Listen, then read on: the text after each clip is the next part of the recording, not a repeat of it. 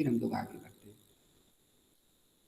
क्योंकि कई सारी बातें उसमें नई नई आई थी और जुड़ गई थी। तो if have any query regarding that, तो उसको पूछ लीजिए। कोई डाउट रह गया हो, किसी बात में कोई भी चीज़ हल्की सी नहीं समझ आ रही है, तो उसको आप जल्दी से पूछ लें। फिर हम लोग आगे बढ़ते हैं।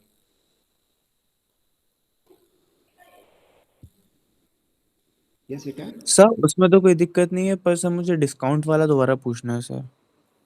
ओके, डिस्काउंट का जो एकदम शुरुआत का था कि डिस्काउंट को शामिल नहीं करते हैं वाला। यस सर, वही जो स्टार्टिंग में सर। ओके, तो आप अपनी पहले क्वेरी बताइए कि डिस्काउंट से रिलेटेड क्या चीज़ पूछनी है आपको। जो डिस्कस हुआ है उसमें कहाँ पर डाउट हो रहा है, जल्दी से बताइए बेटा। What should be included and what should be excluded, ये डिस्कस किया था हम लोगों ने। यस।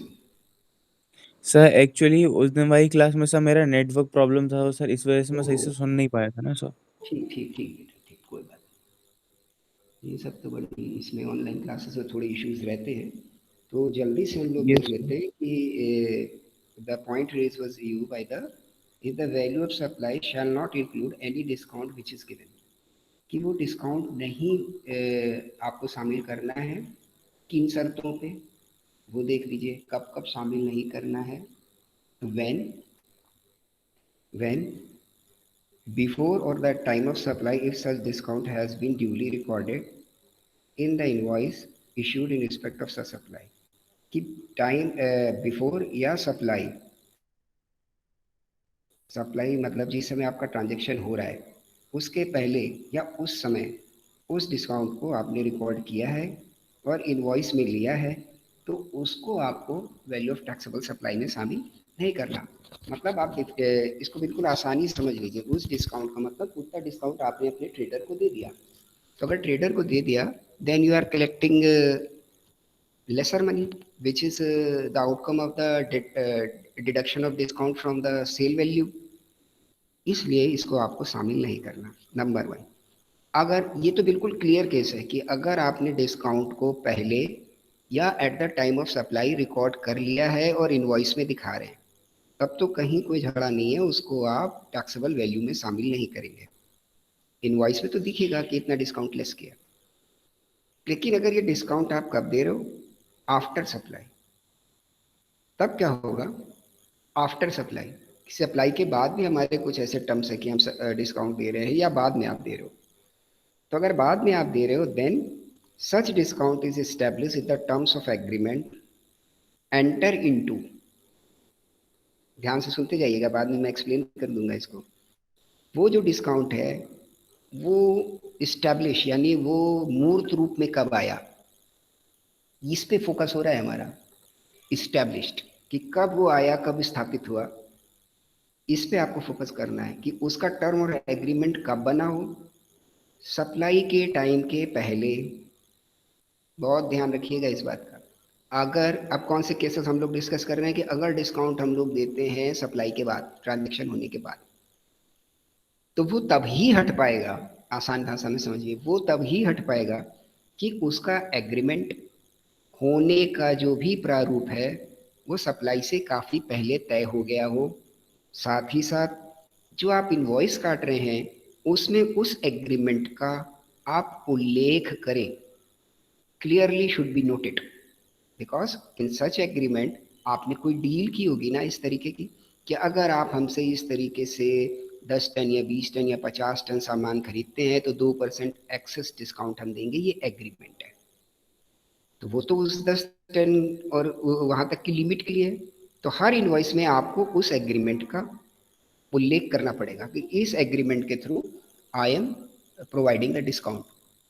तो आपको डेट मेंशन करनी होगी नीचे नोट में। तो जब आप डेट मेंशन करोगे तो वो क्लियरली बोलेगा कि ये जो एग्रीमेंट हुआ है it is before the supply. तो if such agreement is made before the supply and the reference of such agreement is provided in the invoice, बहुत आप इस पे फोकस करके ध्यान रखिएगा कि अगर वो एग्रीमेंट पहले हो, साथ ही साथ जो आपका इनवॉइस है उसमें इस बात का जिक्र आए कि ये डिस्काउंट हम फला एग्रीमेंट के थ्रू दे रहे हैं जो कि इस डेट पे हुआ है। और डेट ऑफ सप्लाई उसमें दिख ही रही होगी कि किस डेट को आप बेच रहे हो, तो ये डिस्काउंट आपके लिए छूट जाएगा, क्योंकि उसमें तो क्वांटम भी आएगा ना कि इतने तक या इतने किलो सामान के लिए। तो अगर आपने 10 इनवॉइस काटी और 10 टन कवर हो गया तो फिर आगे वाले पे नहीं मिलने वाला है। क्लियर? बात क्लियर हो रही है? यस बेटा। ये तो अगर आपका डिस्काउंट पहले दिया गया और पहले ही रिकॉर्ड कर लिया गया या सप्लाई के समय दे के रिकॉर्ड कर लिया गया तो कोई झगड़ा नहीं है। डिस्काउंट अगर आप बाद में दे रहे हो तो उसके साथ शर्त ये है, अगर आपको उसका डिडक्शन चाहिए इन द वैल्यू, बिकॉज जैसे ही वो डिडक्शन होगा वैल्यू रिड्यूस होगी, और वैल्यू रिड्यूस होगी तो टैक्स लायबिलिटी ऑफ जीएसटी आपकी कम हो जाएगी। तो उसने ये शर्त लगाई कि इसका एग्रीमेंट आपका सप्लाई से पहले हो, और इन द इनवॉइस, जिस इनवॉइस में आप वो डिस्काउंट क्लेम कर रहे हो, you have to make the reference of such agreement. ये बोल रहा है वो, इतना काम आपको करना है।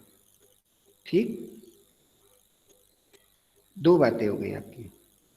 तीसरी बात कि input tax credit is attributable to the discount on the basis of the document issued by the supplier has been reversed by the recipient of the supply. ठीक, अब ये क्या बात बोल रहा है आपको कि जो इनपुट टैक्स क्रेडिट है, अगर मान लीजिए ऐसे केसेस कि ऐसे केसेस कि जिसमें आपके एग्रीमेंट पहले हो गए और डिस्काउंट आपने बाद में दिए हैं, तो अगर बाद में दिया है तो इनवॉइस में इन केस नहीं आ पा रहा है, किसी वजह से छूटा है, तो फिर आपकी क्या हो जाएगी, वो लार्ज हो जाएगी। क्या चीज़ लार्ज हो जाएगी? Tax liability. और जो आपकी टैक्स लायबिलिटी है वो आगे आपका जो रिसीवर ऑफ द गुड्स है उसके लिए इनपुट टैक्स है, उसके लिए इनपुट टैक्स क्रेडिट है। लेकिन अगर एग्रीमेंट में बाद में वो बात आ जाती है और उसके लिए टैक्स अथॉरिटीज राजी हो जाती कि हाँ इसका एग्रीमेंट था, इनवॉइस में ये दिखा रहे थे लेकिन वो क्लियर नहीं हो पा रहा था इसलिए फुल वैल्यू पे टैक्स लग गया, तो in such cases the input tax credit is reversed. Clear? Input tax credit का भी adjustment as per the rules, ये बोल रहा है।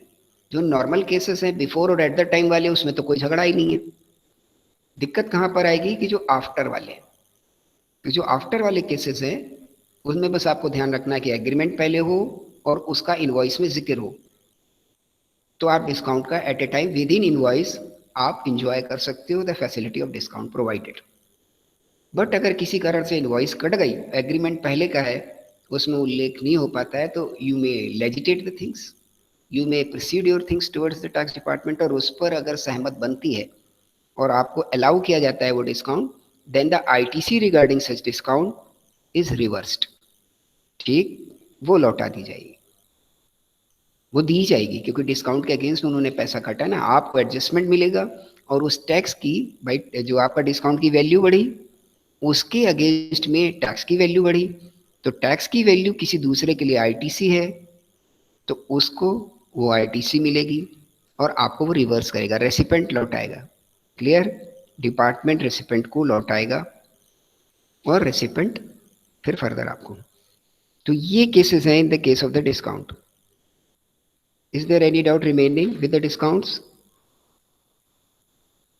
No sir. ओके, तब हम लोग जल्दी से अपना जो टॉपिक चल रहा था उस पर आगे बढ़ जाते हैं। और पूछ लेता हूँ, और किसी के पास कोई क्वेरी हो? किसी और के पास कोई और क्वेरी है तो वो जल्दी से पूछ ले, फिर आगे बढ़ते हैं हम लोग। और इसमें हम लोग कहाँ तक पहुंचे हुए थे? when the supplies is made by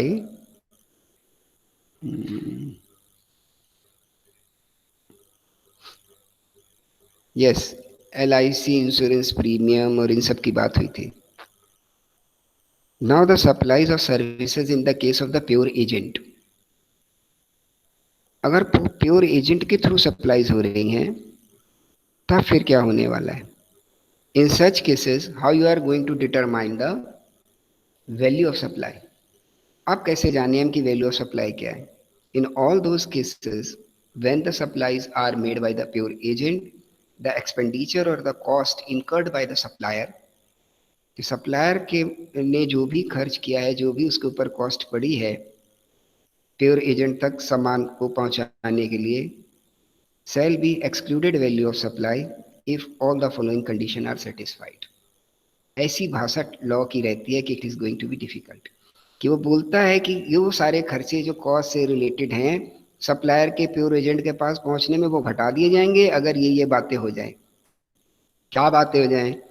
कि जो उनका एजेंट है वो सप्लाई को रिसीव करे और उसका पेमेंट थर्ड पार्टी के थ्रू हो। द कॉन्ट्रैक्ट टू सप्लाई में be made by the third party, is between third party and the recipient of the supply. तो ये थर्ड पार्टी कहाँ से आ गई? दो पार्टी कौन है और तीसरी पार्टी कौन है इसमें? The supplier acts as a pure agent of the recipient of the supply when he makes payment to the third party for the services procured as contract for supply by third party between third party and the recipient of the supply। बाप रे, ये तो सुन के लगा हुआ आपको पता नहीं क्या बात होने लग गई है। पहली बात तो ये क्लियर कर लीजिए कि प्योर एजेंट मतलब वो एजेंट वो पूरी तरीके से सप्लायर के बिहाफ पे काम करे। तो जो सप्लायर के बिहाफ पे काम कर रहा है तो he is acting on behalf of the principal. Agency को थोड़ा बहुत आपने पढ़ा होगा, जाना होगा। Who are the agents? Agents are not the sole, you can say the owner of the businesses, but they run on behalf of the principal in lieu of consideration of any fixed amount or the commission or any incentive। इस type की कुछ भाषा होती कि agent वो है जो खुद मालिक नहीं है, किसी के बिहाफ पे काम करता है। और बाकी उसमें कॉन्ट्रैक्ट एक्ट में आता रहता है कि जितनी पावर उसको दे दी गई है उतनी पावर के लिए काम करता है, और सारी राइट्स और सब प्रिंसिपल के पास हैं, सारे राइट्स प्रिंसिपल के पास हैं। अब अगर ये सारी चीजें होती चली जा रही हैं तो merely agent is acting on behalf of the supplier. अब बोलता है कि इफ द सप्लायर एक्ट, अब एजेंट क्योंकि अब एजेंट सप्लाई दे रहा है ना किसी को, if the supplier act as a pure agent, principal नहीं दे रहा, उसका एजेंट सप्लाई दे रहा है, और वो एजेंट कैसा हो? प्योर एजेंट की तरह हो। Act as a pure agent of the recipient of the supply, और उसे सप्लाई मिल रही है।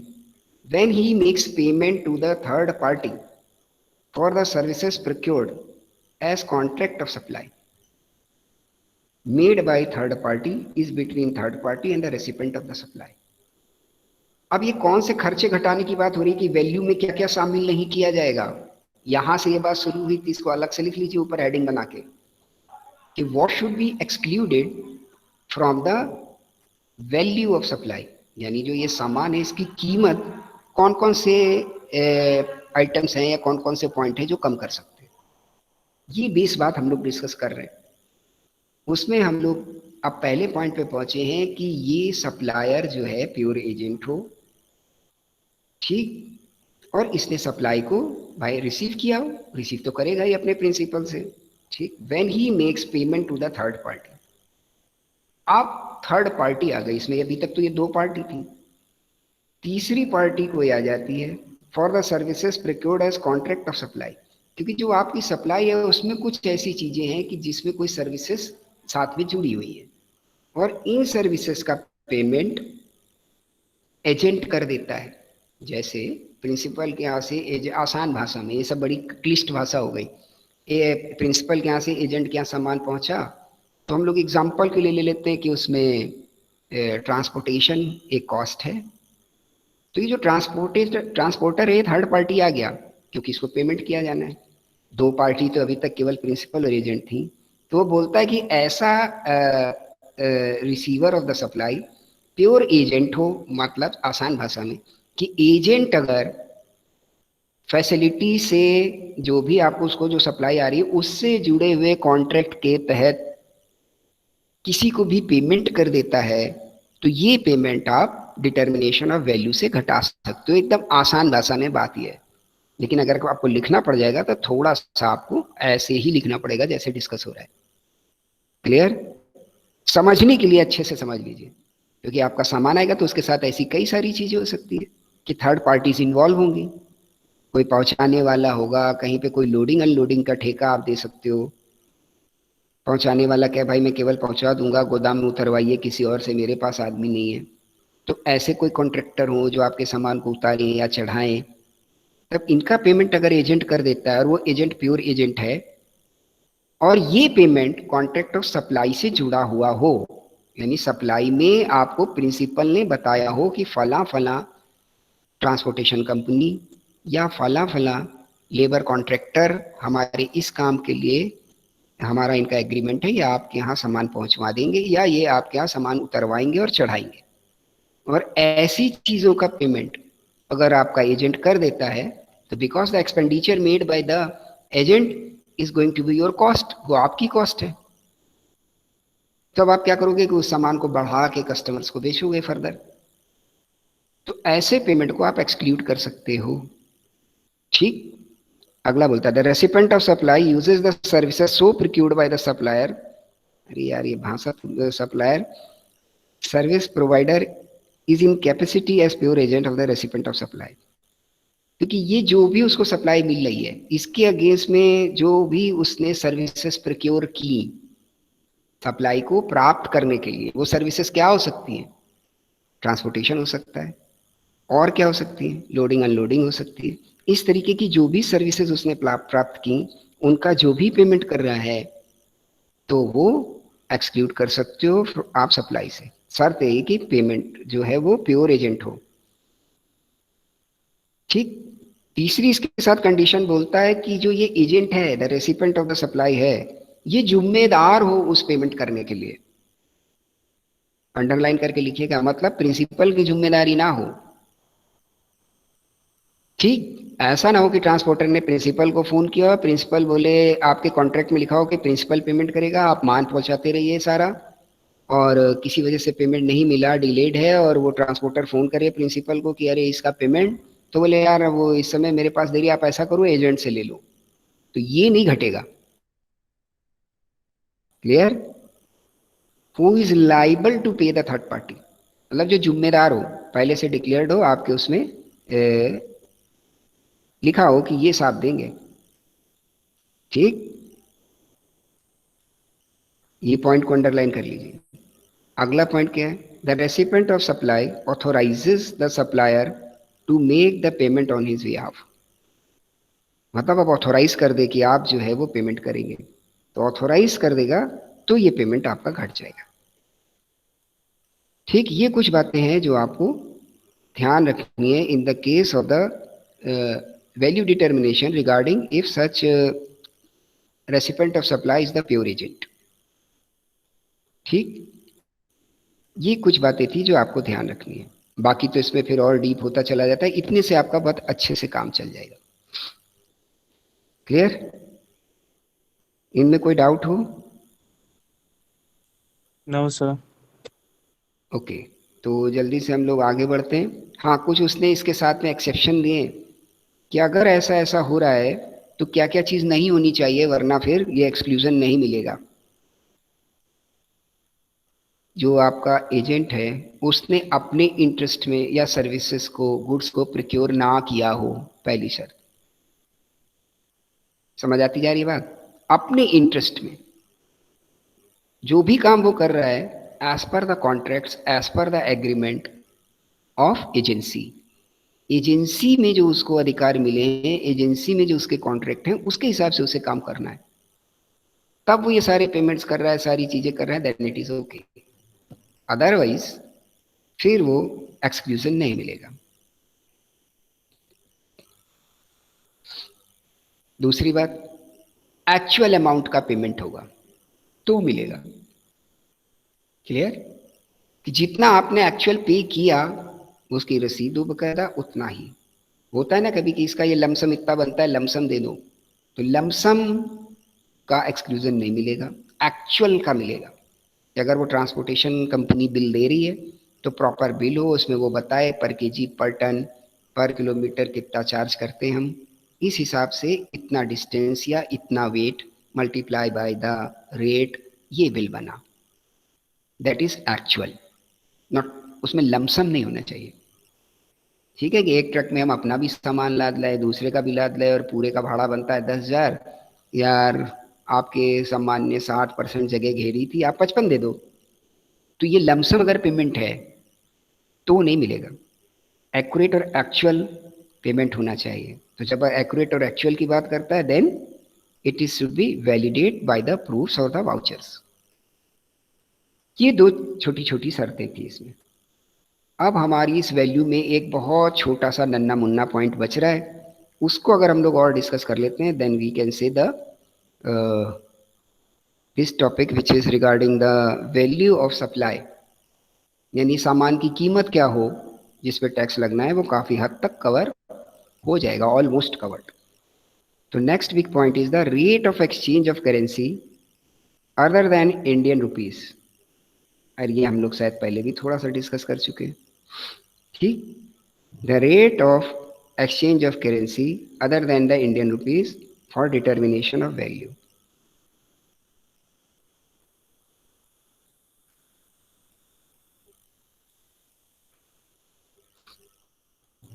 ठीक, तो इसमें आपको केवल ये ध्यान रखना है, जो पीछे हम लोगों ने सारा डिस्कस किया है उसको शॉर्ट में कवर करने के लिए शॉर्ट नोट्स की तरह आप नोट कर सकते हो कि अदर देन इंडियन करेंसी में क्या लगेगा, reference rate of the RBI. Clear, reference rate of the RBI. If reference rate is not given तो क्या था, if reference rate is not given, if reference rate is not given, sir common third country का ले लेंगे sir. अभी तो Indian rupee को ही बाहर वाले देश में बदल लें हम, और मान लो हमारा कुछ डीलिंग मोजाम्बिक से या इस तरीके की छोटी कंट्री से है कि जिसका रेफरेंस रेट गवर्नमेंट ने दिया नहीं, आरबीआई के पास अभी है नहीं, या अपडेटेड नहीं है, पुराना है। तो फिर मैंने ये बोला था कि whatever you are sending or whatever you are receiving in the terms of Indian national rupee, यही वैल्यू बन जाएगी, याद करिए जरा। ठीक, और ये जो बात आ रही है कि दो, अब वो तीसरी बात थी कि दो डिफरेंट करेंसीज के बीच में अगर वो डील कर रहा है, ठीक, दो डिफरेंट करेंसी, यानी आपके पास कोई पौंड लेके रखे आए और डॉलर मांगे, डॉलर लेके आए और पौंड मांगे, तब क्या करेंगे आप, यहां तो कहीं INR आ ही नहीं रहा है। ठीक, तो इन दोनों की कन्वर्ट करेंगे आप INR के टर्म्स में, और जो बनेगा वो चार्ज करेंगे। क्लियर, अगर ऐसी करेंसी आ जाती है, अब हमने तो बड़ा अच्छा सा करेंसी ले ली डॉलर और पाउंड, तो इनकी अपनी एक क्रेडिबिलिटी है और क्लियरिटी है, और almost dollar is the global economy, American dollar. ऐसी करेंसी का हम ले लेते हैं जिक्र कि जो आपको मिले ना कहीं, ऐसे कोई दो छोटे देशों की करेंसी आप ले लीजिए, तब ये बात बेटा लागू हो जाएगी जो मैंने बोली थी कि इंटरनेशनल ट्रेडिंग के रूल्स के हिसाब से एक कोई तटस्थ मुद्रा, एक कोई ऐसी करेंसी हम लोग लेंगे जो उन दोनों को इक्विवेलेंट करा सके, और इसमें सबसे आगे रहती है अमेरिकन डॉलर, फिर यूरो। जब हम इनको ले लेंगे और इनके अगेंस्ट में उनका एक्सचेंज कराएंगे, अब क्या समस्या आएगी कि जब हमने इनके अगेंस्ट में इनका एक्सचेंज करा दिया तो इन दोनों की वैल्यूज निकल के आएगी इन द टर्म्स ऑफ डॉलर, और उसको हम लोग कन्वर्ट करेंगे इन the terms of Indian rupee, और जो डिफरेंस आएगा वो चार्जेबल होगा। क्लियर है, सारी बातों को अलग अलग समझ लीजिए। एक इंडिया से बाहर वाली को बदलना है, ठीक, तो रेफरेंस रेट, अगर इंडिया से बाहर वाली को बदलना है, चाहे वो इनवर्ड ट्रेडिंग हो चाहे आउटवर्ड ट्रेडिंग हो, और उसका रेफरेंस रेट नहीं है, तो कितनी इंडियन रुपी हम बाहर भेज रहे हैं for the purpose of trading, या कितनी इंडियन रुपी आ रही है, उस पे लग जाएगा सीधे सीधे। अब बात आती है कि दो डिफरेंट करेंसीज के बीच, तो उन दो डिफरेंट करेंसीज के बीच में अगर मुझे काम करना पड़ रहा है तो रेफरेंस रेट सबसे पहले आरबीआई का। इन केस रेफरेंस रेट नहीं मिलता, then we have to shift towards the common currency to deal with, और फिर उनके बीच का डिफरेंस। तो मुझे लगता है काफ़ी रिवीजन भी इस बात का हो गया। Now if you have any query just take 1 or 2 minutes, और उसके बाद आपके पास कोई भी क्वेरी हो तो आप फटाफट से रेज करें प्लीज़, जल्दी से। क्योंकि इसके बाद हम लोगों का ये टॉपिक ख़त्म हो रहा है, फिर हम लोग आगे बढ़ेंगे।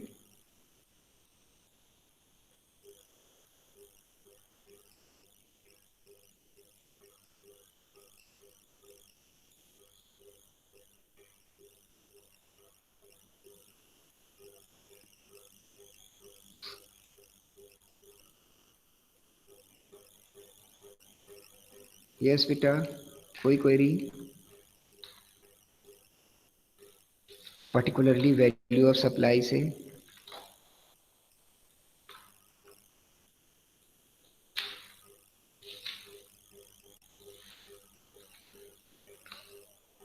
नो। तो रजिस्ट्रेशन ऑलरेडी आपके साथ डिस्कस हो चुका है, और आज थोड़ा ऐसा टॉपिक ले लेते हैं कि जिसमें आपको थोड़ा नोट करना पड़ जाए। और मैंने बार बार बोला है, input tax credit means the calculation work the numericals. इसको हम लोग सबसे आखिरी में रखेंगे, क्योंकि आपके दिमाग में एकदम ताज़ा बना रहे, और उस पर फिर थोड़ा आपको अभ्यास भी साथ में करना होगा, वहाँ आपको इंटरेस्ट भी आएगा। अभी तक तो थ्योरेटिकल पार्ट चल रहा है। तो आज का टॉपिक हम लोग लेते हैं assessment and audit, how the assessments are done and how the audit is done. अब मुझे बताइए, आपके उसमें रजिस्ट्रेशन कवर हो गया, how registration is done, what is registration under GST?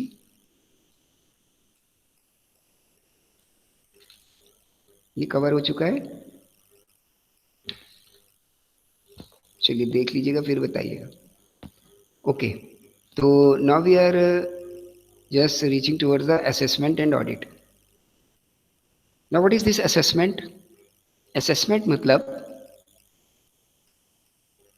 Tax का, या टैक्स को कैलकुलेट करने के लिए वैल्यू को अच्छे से जानना और वैल्यू के अगेंस्ट में टैक्स को लगाना, that is assessment, means the assessing. जो आपने इनकम टैक्स में भी पढ़ा होगा कि एक प्रीवियस ईयर है, दूसरा उसके आगे का साल कौन सा है, assessment year. Means when the income is defined in the previous year, it should be assessed for the purpose of taxation in the following year, which is assessment year. Same in the GST. आपको ये पता चल गया कि हमने कितना सामान बेचा है या कितनी सर्विसेज प्रोवाइड कराई हैं, एक पीरियड है कुछ, और उस पीरियड के बाद आप अपनी उन सारी वैल्यूज को एसेस करिए।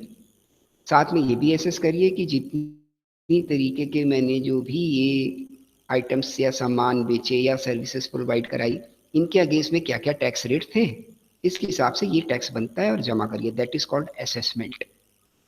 ये असेसमेंट होता है, ठीक। नाउ सेकेंड, ओके, तो असेसमेंट वर्ड को थोड़ा सा और डिस्कस कर लेते हैं, ये आपकी बड़ी मदद करेगा, not only in the GST but it will clear your idea regarding the dealing with tax in any type of taxation.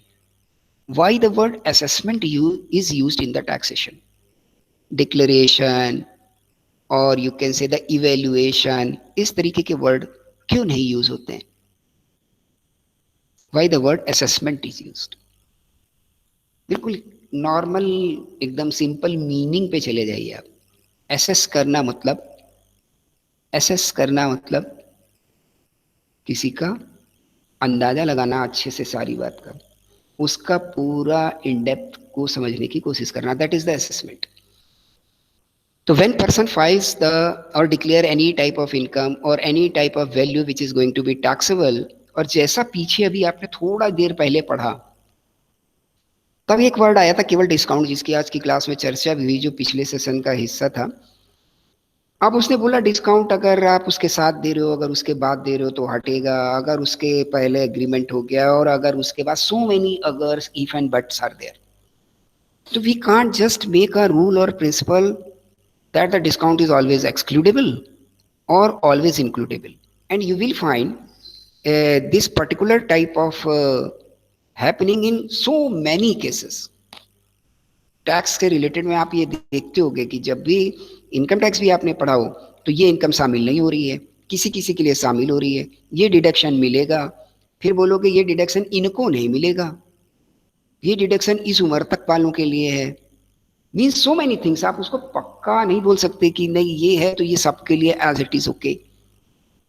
कुछ आइटम हो सकते हैं कि जो सबके लिए एज इट इज ओके हो, पर so many type of points where there is multiple consequences in the multiple type of happenings, जिनकी जैसी जैसी घटना घटी उस तरीके से उसके रिजल्ट और कारण बनते हैं, और ये रिजल्ट और कारण वैल्यू को डिफाइन करते हैं, और वैल्यू को डिफाइन करना अल्टीमेटली टैक्स की लायबिलिटी को डिफाइन करता है. That is why the word assessment is कि proper assessing what the person is declaring is whether up to the or accurate regarding the provisions or the sections of law, इसलिए इसका नाम assessment है. ठीक, क्योंकि अब आपके ऊपर जो कोई प्रॉपर ऑफिसर है या ऑफिसर है वो उसको देखेगा कि जो आपने जो बोला कि मुझे सेक्शन 80C का क्लेम मिलना चाहिए, अच्छा भाई डिडक्शन मिलना चाहिए, ठीक ठीक ठीक. अब उसमें कई सारे आइटम लिखे होंगे सेक्शन 80C में कि वो आप जो है वो उसका क्लेम भी ले सकते हैं, कन्या सुकन्या निधि का, और आप LIC का प्रीमियम का भी ले सकते हैं, आप फलाने का भी ले सकते हैं, ढेर सारी चीजें हैं उसमें.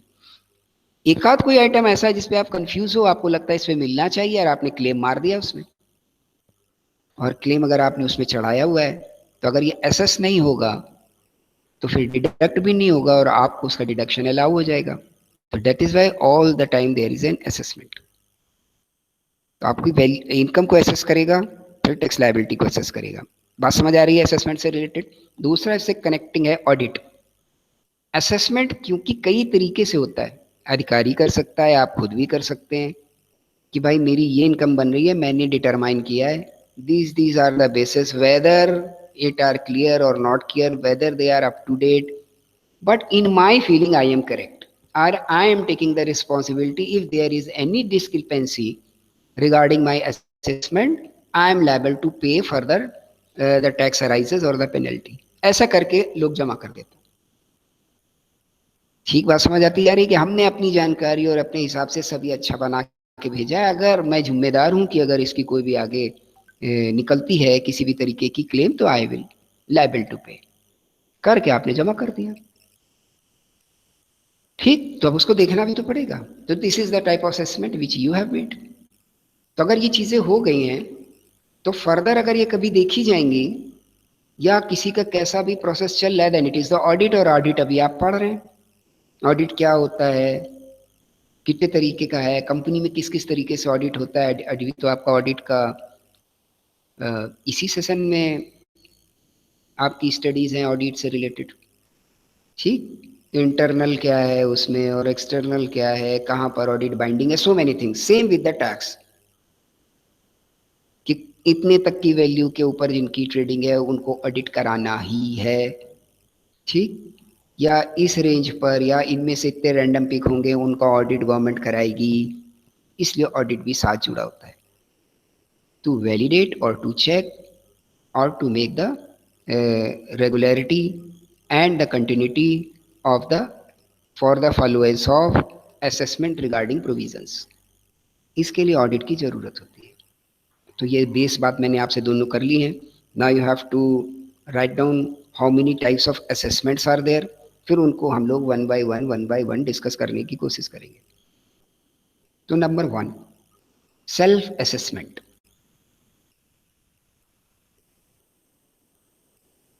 Self assessment. Number 2, provisional assessment.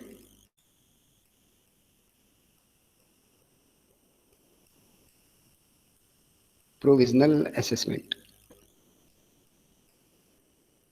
Number 3, scrutiny of returns.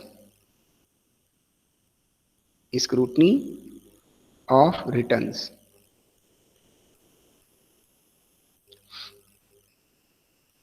अगला है आपके लिए assessment of non filers of returns. Assessment of non filers of returns. फिर अगला है आपका assessment of unregistered person. Assessment of unregistered person.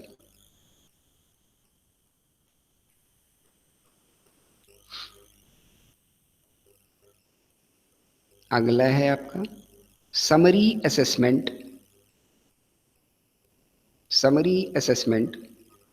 in certain special cases. Summary assessment in certain special cases.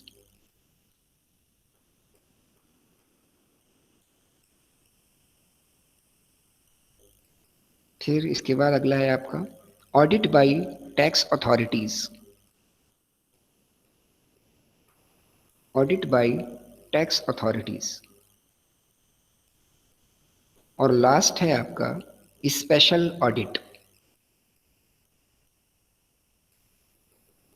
Special audit. और जो ये जितना भी ये मैंने आपको लिखाया ये कोई पॉइंट नहीं है कि किसी क्वेश्चन के 6 7 8 पॉइंट है. These are the particular sections of CGST act. ये पर्टिकुलर सेक्शन है सारे के सारे. Means the part of law. ठीक, तो जल्दी से इनके सेक्शन भी आगे डाल लीजिए. अगर आपको याद रह जाते हैं then it is so good. 59 से स्टार्ट करके 66 तक. 59 for the self-assessment, 60 for the provisional assessment, 61 for the scrutiny of returns, 62 for the assessment of non-filers of the return, 63 for the assessment of unregistered persons, 64 for the summary assessment in certain special cases, 65 audit by the tax authorities, and 66 the special audit. ये section है पूरे के पूरे. मतलब law ने define करा है कि इनको इनको इनको हम ये नाम दे रहे हैं और इस नाम वाले के अंदर ये चीज होगी. क्लियर? तो अगर कभी आपको असेसमेंट या ऑडिट से रिलेटेड तैयारी करनी पड़े फॉर योर, कभी भी फ्यूचर में अच्छे से आपको तैयारी करनी कुछ करनी है, तो बिल्कुल ये बिल्कुल ड्राफ्टेड लॉ है. इस फॉर्म में आप याद कर लीजिएगा सेक्शन के साथ. यहां पर हम लोग इसको डिस्कस करना शुरू करते हैं.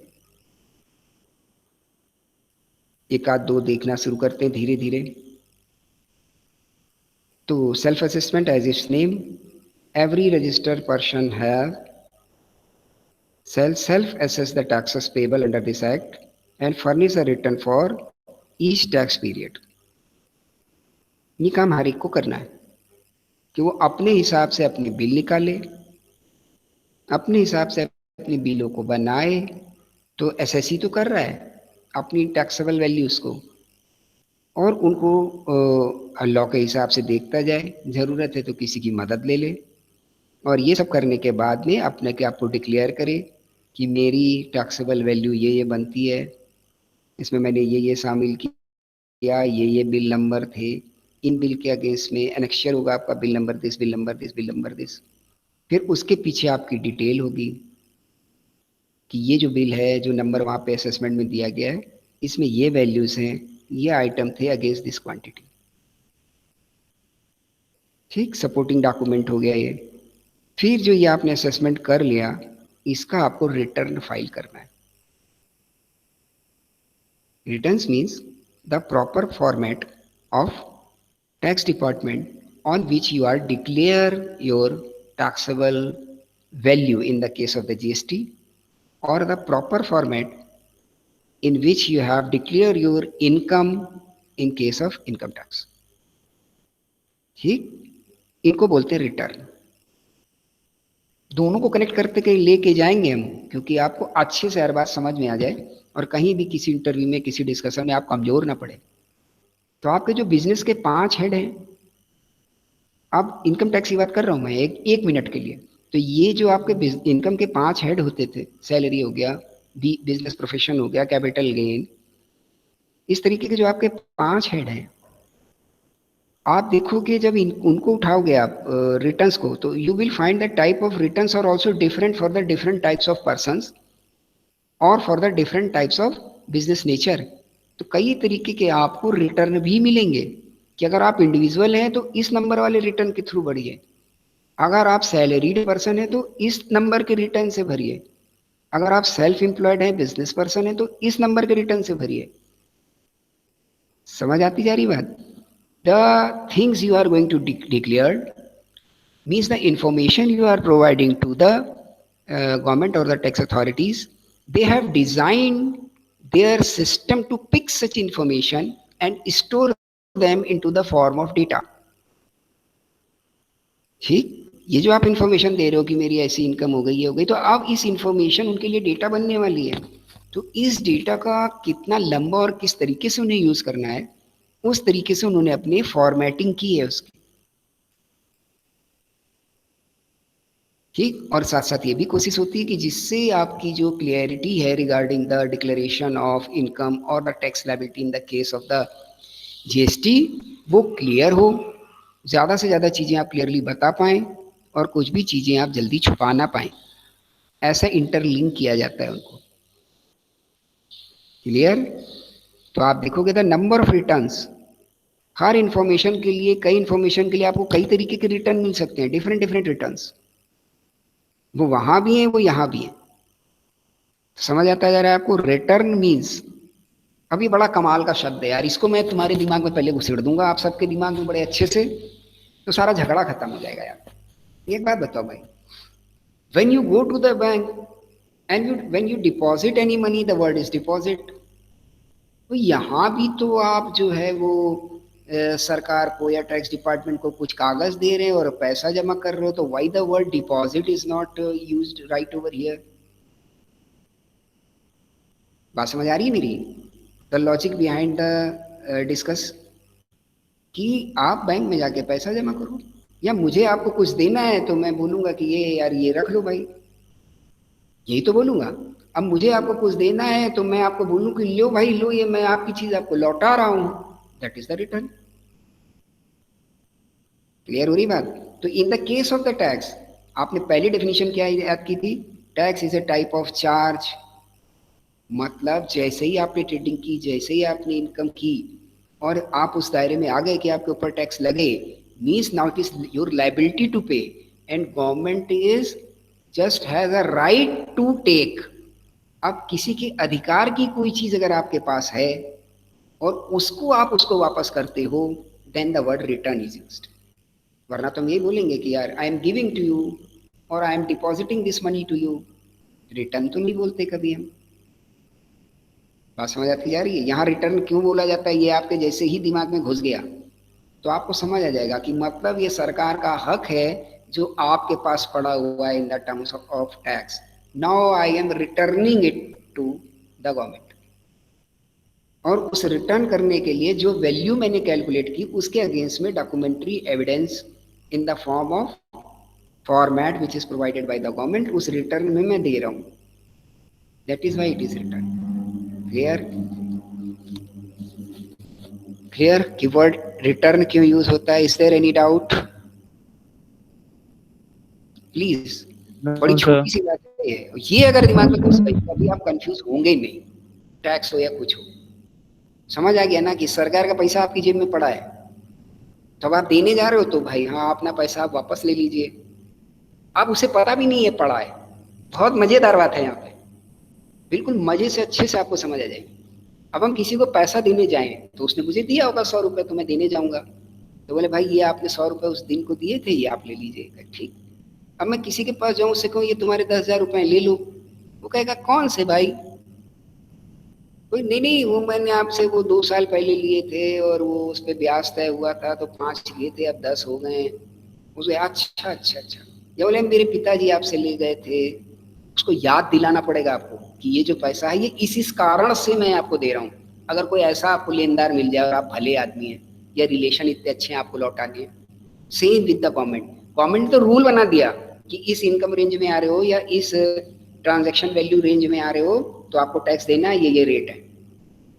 अब उसका ये टैक्स आपके ऊपर जिम्मेदारी बन गया, आप उसको जमा करने जाइए तो कारण बताइए कि ये मेरी इनकम है, इस पे इतने इतने वैल्यू के हिसाब से ये टैक्स बनता है, ये मैं जमा कर रहा हूँ, that is why it is return in the black and white. वरना तो पैसा ही जमा कर दो, काम खत्म कि ये टैक्स बना। ठीक, इसलिए इसको बेटा कभी भूल नहीं पाओगे, पक्की गारंटी है मेरी कि रिटर्न का मतलब क्या होता है, यार आज तक समझा नहीं। ठीक, तो किसी का हक है जो आप उसे लौटा रहे हैं। तो सेल्फ असेसमेंट, अब असेसमेंट पे आ जाते हैं हम लोग, क्योंकि हर जगह इसमें रिटर्न आएगा तो वो आपके लिए काम आसान हो जाएगा। तो सेल्फ असेसमेंट आपसे डिस्कस हो गया है, और आगे बढ़े हम तो प्रोविजनल असेसमेंट भी थोड़ा टाइम ले लेगा। अपने पास टाइम, अब क्लास का ओवर हो रहा है, 10 बजे से दूसरी भी मेरी क्लास है। ओके, तो अभी तक जो भी डिस्कस हुआ आज के सेशन में, कोई क्वेरी है आपके पास, जल्दी से पूछ लीजिए। कोई बात आपको बोलनी है तो वो आप बोल सकते हैं, और बाकी मैंने पॉइंट्स आपको लिखाई दिए, इनको कोशिश करिएगा, घर से दिखाइएगा, तो कल का सेशन और मज़ेदार हो जाएगा। ठीक, हम लोग उसको एंजॉय कर पाएंगे। अगर आप घर से देख के आएंगे तो पार्ट ऑफ डिस्कशन हो जाएंगे, then we will enjoy it. I appreciate queries all the time. जैसे आज इन्होंने, गोयल जी ने क्वेरी पूछी, देखिए कितनी मदद सारे क्लास की हो गई। बहुत सारे लोग इसको पूछना चाह रहे होंगे, पूछ नहीं पाए। ठीक, तो ये बढ़िया अच्छा जेस्चर है। Okay, have you any query regarding today's session? No sir. No sir. Okay, तो इसको आप लोग कल देख के आए, फिर हम लोग डिस्कस करते हैं। बहुत अच्छी मीटिंग आपके साथ रही। Have a nice day for all of you. Thank you very much. Thank you sir. Thank you बेटा। Thank you sir, have a nice day. Thank you all of you.